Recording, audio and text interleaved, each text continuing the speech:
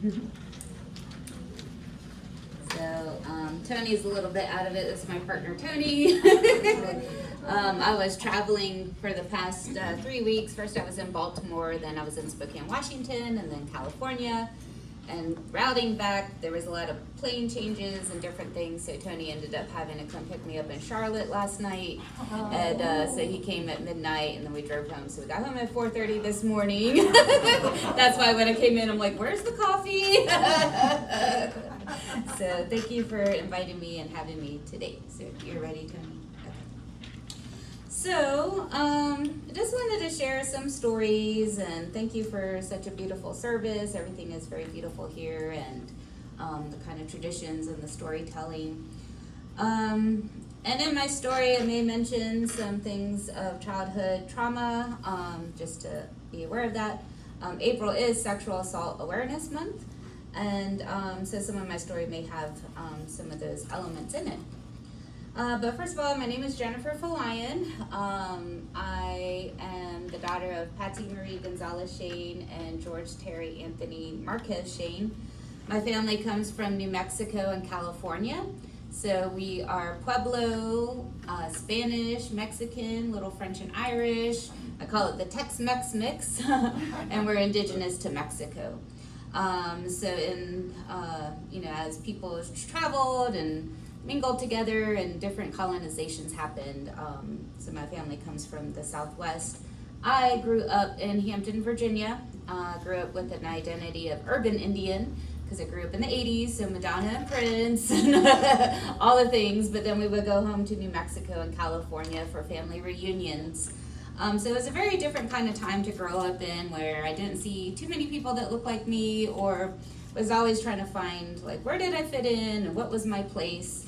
And my parents, also being artsy-fartsy, decided to convert to Buddhism before I was born. So we were just all these different others in a white Christian military town. But it taught me a lot of how to get along with lots of different people and to appreciate many different cultures. Currently, I do a lot of work in indigenous communities.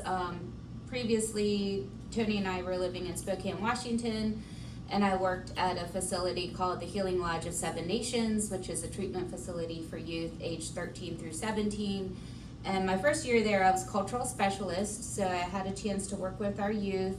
And as they're going through their healing programs for substance use disorder and mental health issues, we taught them songs, drums, crafts. I ran the sweat lodge for the girls.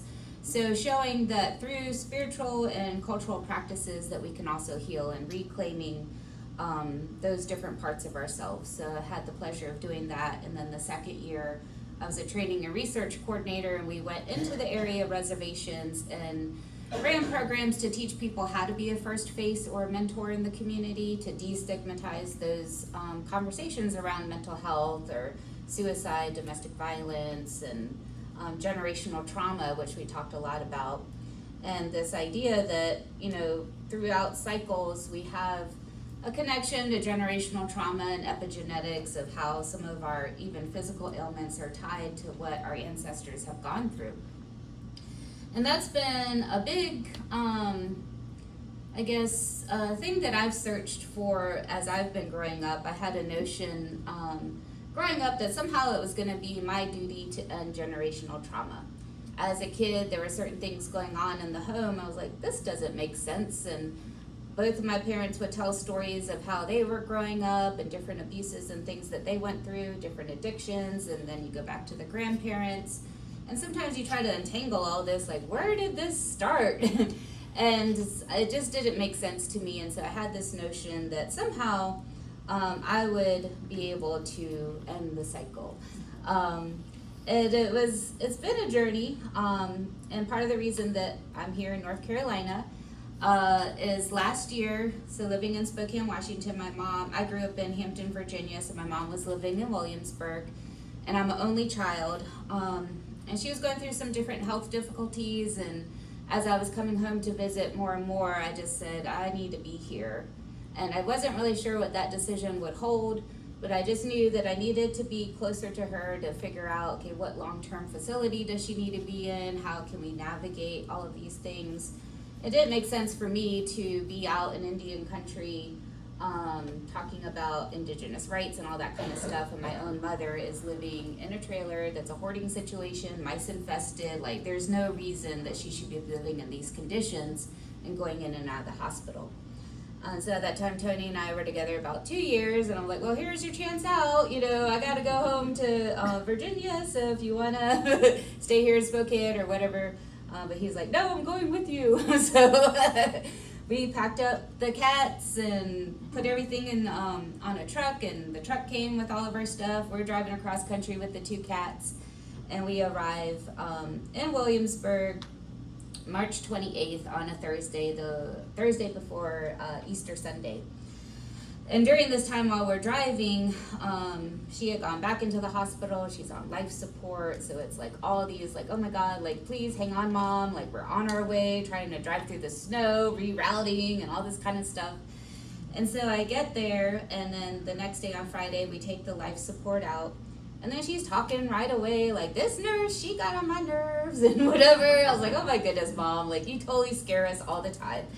And then by the time Sunday comes, she was having complications, drinking, and had coughed. And so Saturday, they restricted her fluids, and she was all upset. And she was like, if you love me, give me a drink of water.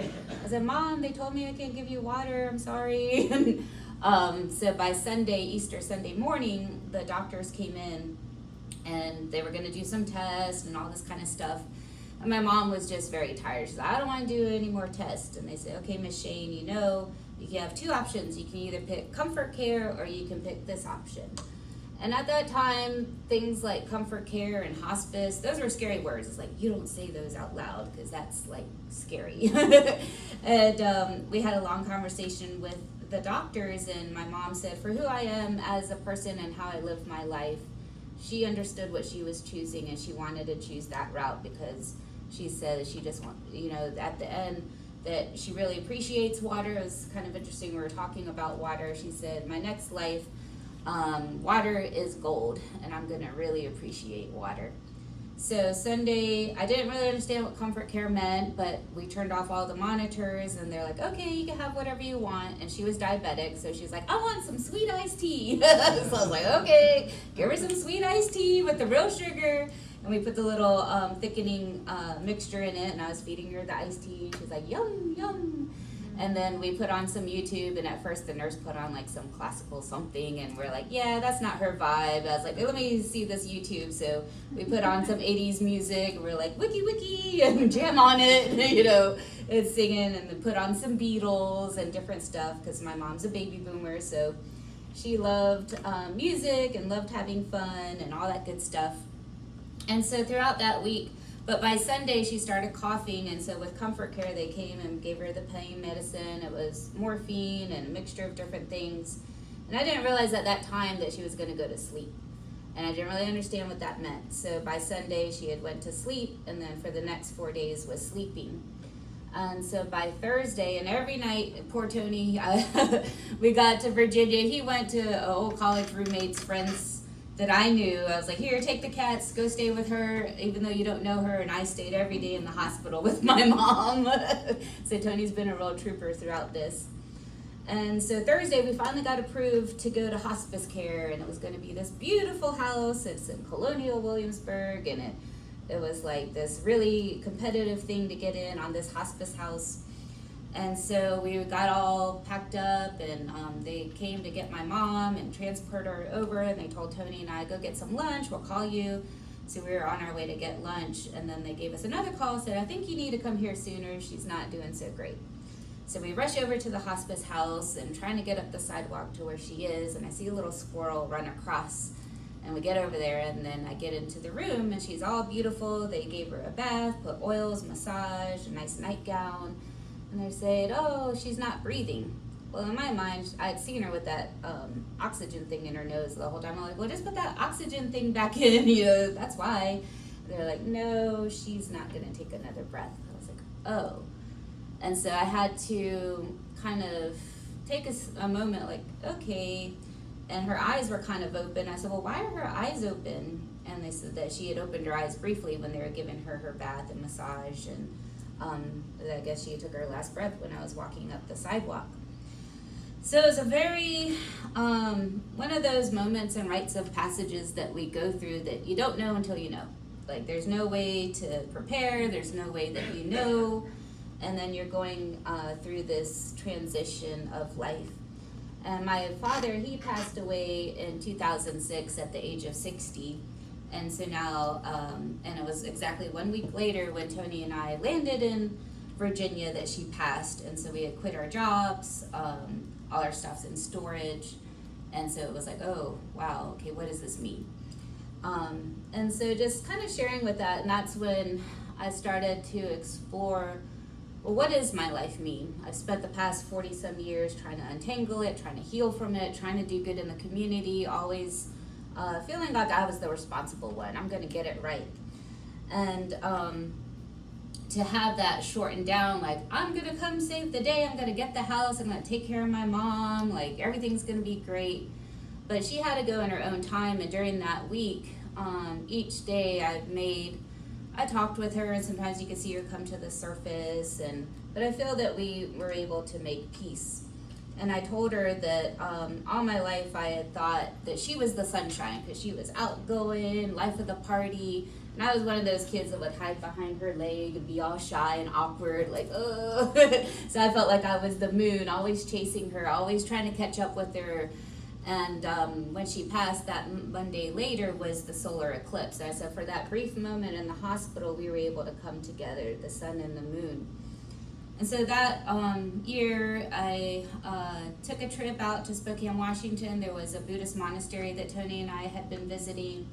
And I went through a good karma retreat, and I took a week off. It was the first time staying at a monastery, and I'm like, wait a minute, is this a cult? Like, you don't go stay in the woods with people you don't know. So, but it wasn't a cult. It was, nice and safe. And so I was meditating and working on this idea of good karma. And during one of the meditations, an idea came to me that I need to write a book called Good Seed. I was like, don't know what that means, but okay, jot it down. And then also when I was meditating, my mom came to me and she said, you are the sunshine now. Go out and shine your light. Like, be proud. So, okay. So throughout the year, Tony and I are still stuck at our friend's house. And it wasn't until August where we finally found a place to stay. And we had to expand the search out because we just weren't getting into any places in Virginia. So randomly, there was a listing on Facebook for Washington, North Carolina. I was like, is this a scam? Because, we had to go through all the scams and stuff. So we drove 3 hours south. I was like, let's just go check it out. And luckily it worked out. We put our application in, got the deposits together, all that good stuff. So we're living in Washington, North Carolina as of August. And then now currently my mom's roommate, John, who's 70, he's also living with us since November. And that's been a whole other navigation of how do you be a care provider and all the things. But that just kind of gives you a snapshot of where we are right now. But how did I get here? And I think as we're talking about different things, so I just want to share a few different things. I'm just trying to see how I want to share this with you. So when I was growing up, like I said, very shy, but my parents were artists. But there were things going on in the home that didn't quite make sense. And through their woundedness and getting together and these different generational abuses, I found myself in a very unstable home. And even since the age of 4, there was things going on in the home that were abusive. And not only from my father, but other people in the neighborhood and things like that. And I always had this sense of like, well, what am I here for? Or kind of becoming like, wasn't even sure what my place was. And there would be different social workers that would come to visit the house because sometimes I would tell a neighbor or tell somebody, oh, my daddy does this to me, or this has happened. And so a social worker would come to the school and visit me, and I'd be so scared of like, oh no, nothing like that's gone on. I think that was the neighbor or something like that. And it was so scary to even say the truth out loud. Although my mom did tell me that I did tell her things when I was 3 or 4. We would go feed the ducks and she would confront my father, and it would be like, oh no, she's confused, I was just giving her a bath, or I was just playing with her. So it was always a denial of truth. And so then I learned to stuff it down and be ashamed and just kind of, cover the truth. But my father was always, it was this kind of very weird thing. On the one hand, he's Buddhist and talking about compassion and helping everybody, artist, everybody loved him, super nice guy, but then this kind of shadow or this dark side. He never hit me, but he was domestically violent towards my mother, so it was also that kind of weird dichotomy of growing up in the home and just being frozen in my bed and feeling like I wanted to go yell and be like, stop that, but just kind of just being frozen that I couldn't do anything. Like I was just would get so mad at myself that I didn't stand up. And it wasn't until when I was 13, my mother left the home and she got a new boyfriend, but unfortunately that boyfriend was even worse, like very worse. She had a piece of a knife in her back and was always in and out of the hospital. He knocked her teeth out, like all the things that you don't want to know about or see. And she was in and out of like hotel rooms, and they were living homeless, and I would try to go find her. And it was just so a very hard period for me at age 13. And so then age 14 comes around, and so now I'm living in the house with my dad for a year. And there was a moment where he got mad at me. I was babysitting at a friend's house. So this is 1991. My favorite bands are Guns N' Roses and Def Leppard. I'm like in jeans, a t-shirt, barefoot.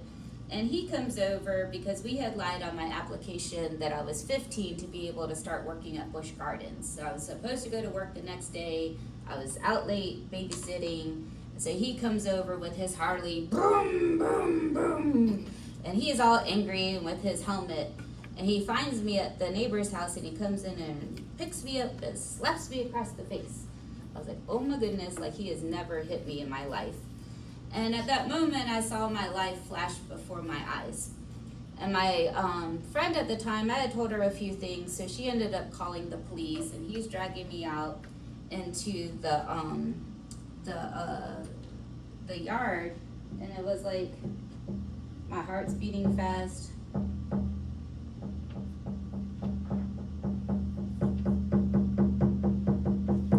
was like, oh my goodness, like what is that? And the police said, okay, you have 2 choices. You can go home with your dad, or you can come with us to the police station. And I was like, ooh, there is no way I'm going home with him, because he's never hit me before. And like I said, when I looked over there at him, I just saw death. Like I just saw blackness. And for whatever reason, I was like, no, I'm not going that way. And so I went to the police station again, had like jeans, a t-shirt, no shoes on.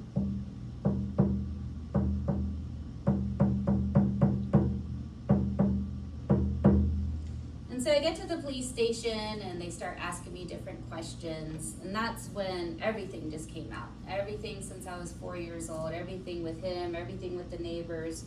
There was 9 other abusers in my life at that time, and I just figured, well, I'll tell them everything, and then I can go back to my friend's house and go hang out. And so I told them everything, not understanding what the truth would do, but I knew the truth had to come out.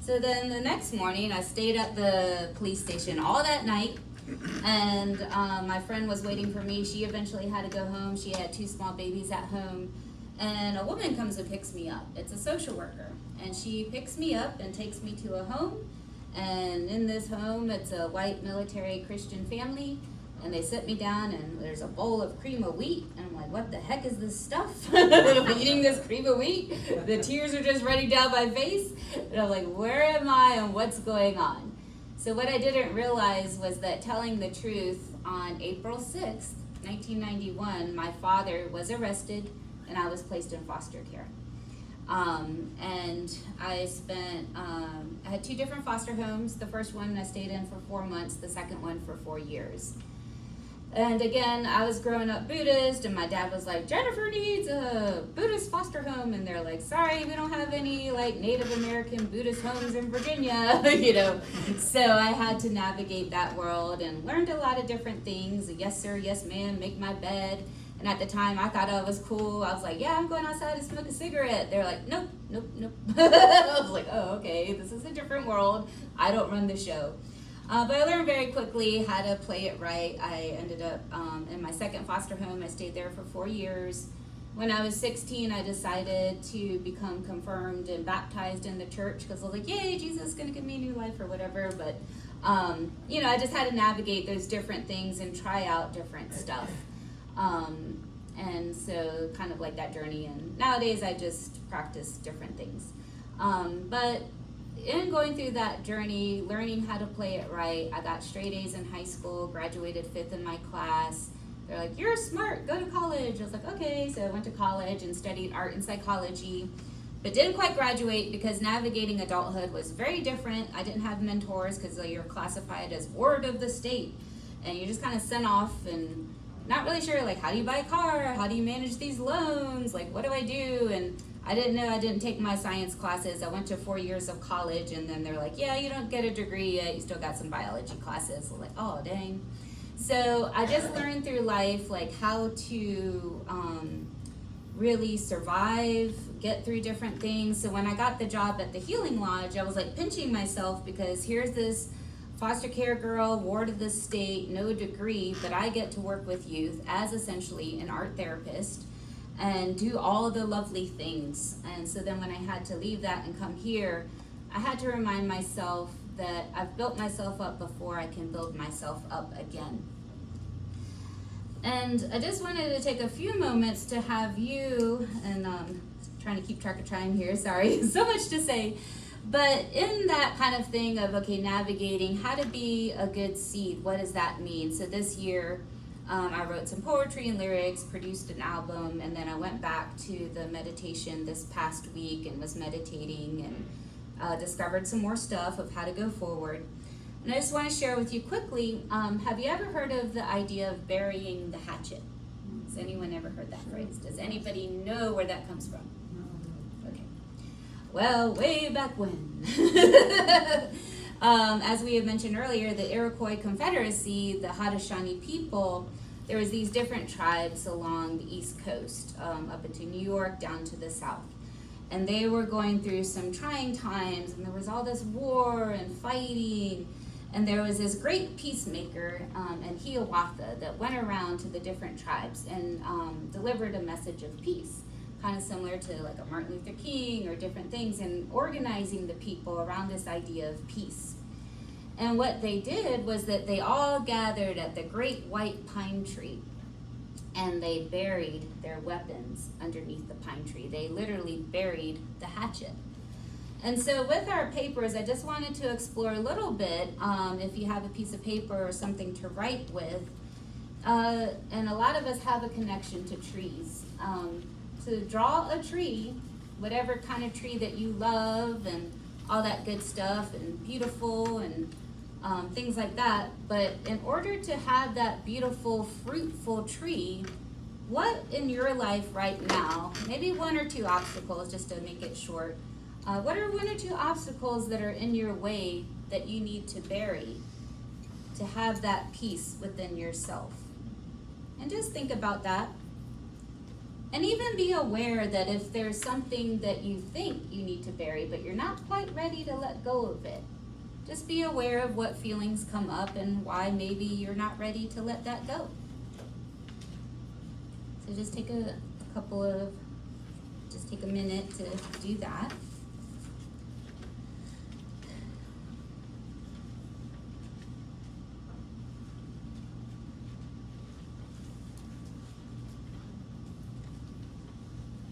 And so as you're writing down what you may possibly want to bury or obstacles that are in your way, also think about, well, what is it that you're manifesting? What is that fruit, that apple, that flower?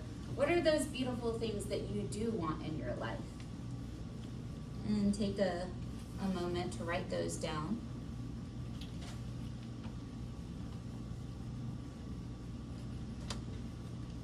What are the things we're bearing, and what is it that we're manifesting?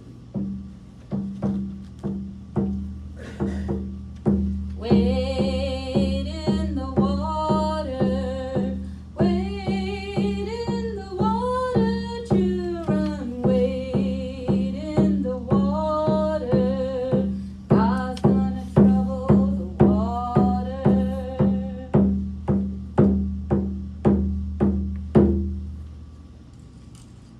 And so when they buried their weapons of war underneath the great pine tree, it was said that the water of healing, the water of peace, was going to go out in all four directions and spread peace throughout the land. And they were able to come together, and a lot of the principles that they founded in the Haudenosaunee and Iroquois Confederacy actually led to the writings and foundings that are of this country. Now, has anyone ever heard of the Three Sisters? We have some crop people. Okay, Three Sisters. What are the Three Sisters? Corn, squash, and Corn, beans, and squash.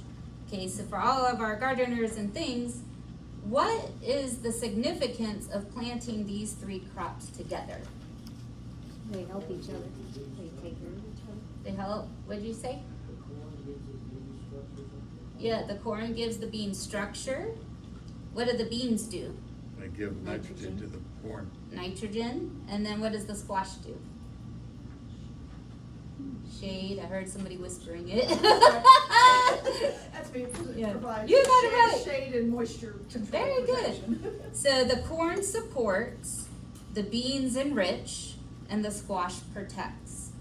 So in thinking about your great tree, what you're manifesting, what you're burying, think about, is there 3 people in your life, 3 communities, 3 elements? Who is it, or what group is it that can help you support, enrich, and protect? Because we're all connected. We all need each other in our lives. So just kind of think about, who is it that can support, enrich, and protect in my community? It could be a person, it could be a community, maybe even a book or a reference, but support, enrich, and protect.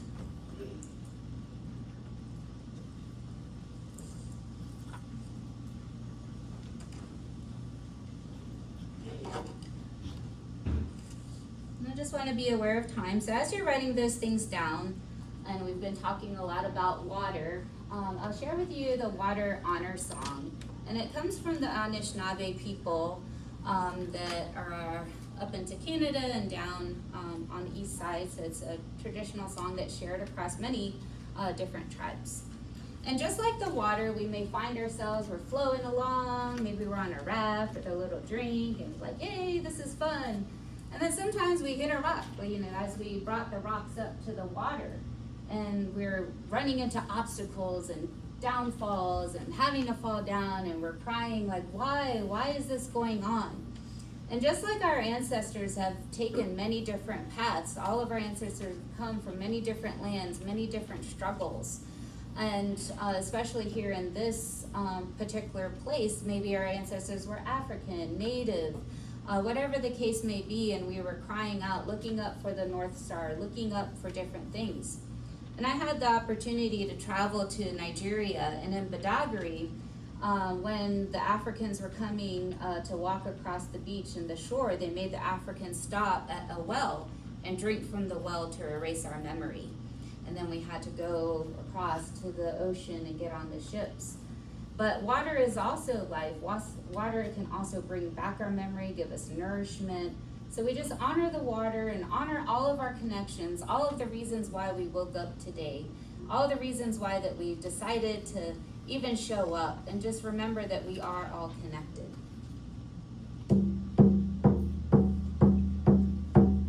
Wichita, do ya, do ya, do ya, Wichita, do ya, hey. Wichita, do ya, do ya, Wichita, do ya, hey. Wishatanea, hey ya, hey ya, Wishatanea, hey ya, hey. Wishatanea, hey ya, hey ya, Wishatanea, hey ya, hey. Wichita, do ya, do ya, Wichita, do ya, hey. Wichita, do ya, Wichita, do ya, hey. Wishatanea, hey ya, hey ya, Wishatanea, hey ya, hey. Wishatanea, hey ya, hey ya, Wishatanea, hey ya, hey. Wichita, do ya, Wichita, do ya, hey. Wichita, do ya, Wichita, do ya, hey. Wishatanea, hey ya, hey ya, Wishatanea, hey ya, hey. Wishatanea, hey ya, hey ya, Wishatanea, hey ya, hey. Thank you.